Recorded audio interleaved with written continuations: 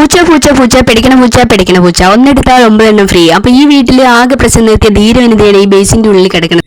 Surgery കഴിഞ്ഞതിന് ശേഷം ആളുടെ കളിഞ്ചിരി എല്ലാം പുറത്തു വന്നു. ഭയങ്കര ആക്റ്റീവാണ്, തുള്ളിച്ചാടി എപ്പോഴും ഇങ്ങനെ നടക്കും. അപ്പൊ അതാണ് രാവിലെ ഈ മരത്തിന് മുകളിൽ ഇരുന്നിട്ട് ഒരു കിളി ചലിക്കുന്നത് അവൾ കണ്ടത്. മരാണെങ്കിൽ വെറും മുള്ളു നിറഞ്ഞൊരു മരാണ്.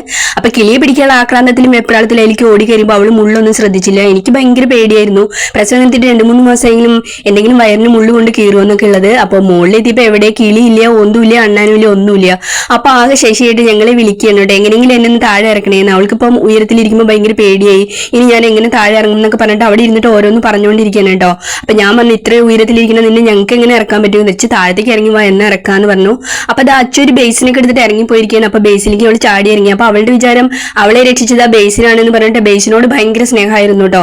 ഞങ്ങളൊക്കെ തൊട്ട് കഴിഞ്ഞപ്പോൾ ഞങ്ങളെ ഭയങ്കര കടിക്കലും മാന്തലും, നിങ്ങളൊക്കെ നോക്കിന്നില്ല എന്നെ രക്ഷിക്കാൻ വന്നില്ലല്ലോ എന്നൊക്കെ പറഞ്ഞിട്ട് ഞങ്ങളൊക്കെ ഭയങ്കര കടിയും മാന്തൊക്കെ ആയിരുന്നു. ബേസിനോടാണെങ്കിലോ അടങ്ങാത്ത സ്നേഹം കേട്ടോ.